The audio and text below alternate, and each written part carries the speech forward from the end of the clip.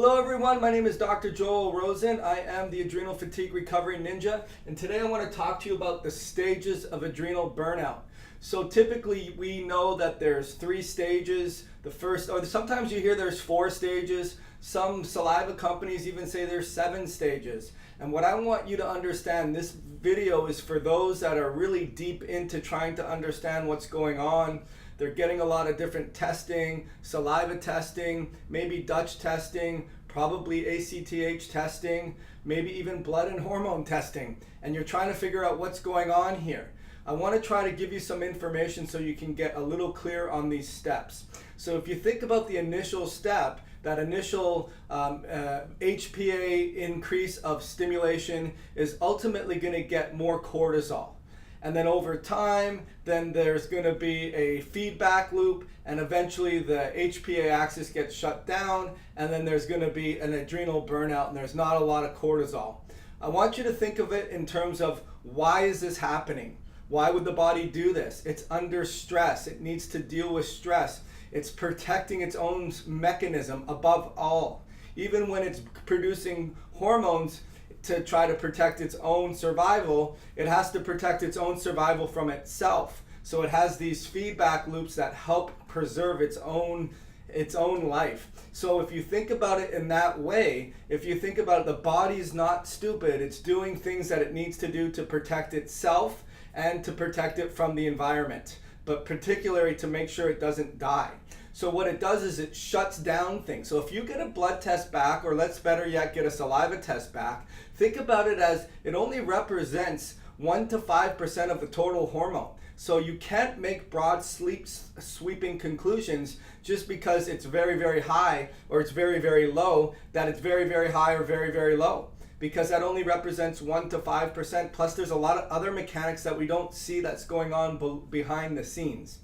And so I want you to think about it in that way, number one. Number two, if you just get a blood test and it looks high or it looks low, realize that that's not the complete story. We're not looking at the free fraction of the hormone, the part that's not bound, the 1 to 5% that's not bound. What is it doing?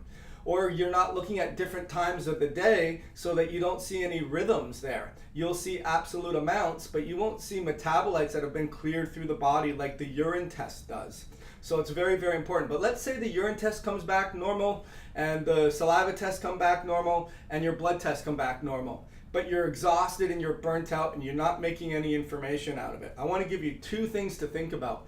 Number one, between that HPA axis where it's upregulated, it's producing more adrenals, more cortisol, more stress fighting mechanisms, to the point where it gets broken down and it doesn't have a big signal. It's not releasing a lot because it's being told to release less.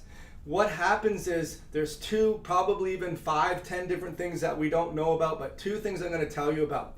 One of them is called cortisol binding hormone, or cortisol binding globulin. And what it does is it helps bind cortisol in the blood. And if it's binding a lot of it and there's not a lot of free fraction of that hormone, then what happens is it down regulates the ability of cortisol to work. Number one. So you may have more increased cortisol binding hormone, and you're not going to see that specifically in the blood or the urine test or the saliva test. The other thing that you can think of is the 11 beta HSD. So what happens is, between that releasing a lot of high cortisol with HPA axis and low cortisol and downregulation, is you have something called 11 beta HSD. And that's an enzyme that can decide and say, hey, we're really stimulating a lot here. We're kind of tired. And what it does is it creates a blunting away of the cortisol that's active to the cortisol that's inactive, and we can't utilize it. So it takes it and it puts it to the kidneys and it makes it unusable. It's like stored. We're protecting us from ourselves. So I want you to think of it not so much as stages, because at the end of the day, you can be in different stages depending on your stress response and your cell danger response. I want you to think of it in terms of, are you overwhelmed and overstimulated? Are you getting fatigued at different times of the day? Is your circadian rhythm not working optimally? Are you having short-term memory problems? Because now we know that circadian rhythm really is not working well. And are you keeping hydrated? Because your adrenals help balance out the mineral corticoids, or it helps balance out your electrolytes. And how are you doing on getting your blood sugar stable? Because your adrenals do that too. And lastly, what inflammatory sources do you have? Because your adrenals do that too. That way we're not thinking about so many stages. I'm stage 1, 2, 3, whatever. You got to look at it in terms of systems. Blood sugar, inflammation, hydration, circadian rhythms. Those are the things I want you to think about. Hopefully we got you some good information. Make sure you like my YouTube channel, or you subscribe, or you become a member of my Facebook group, or you come check me out on my new website called adrenalfatiguesociety.com. My name is Dr. Joel Rosen. I am the Adrenal Fatigue Recovery Ninja, and I look forward to ending your adrenal fatigue nightmare. Thank you so much.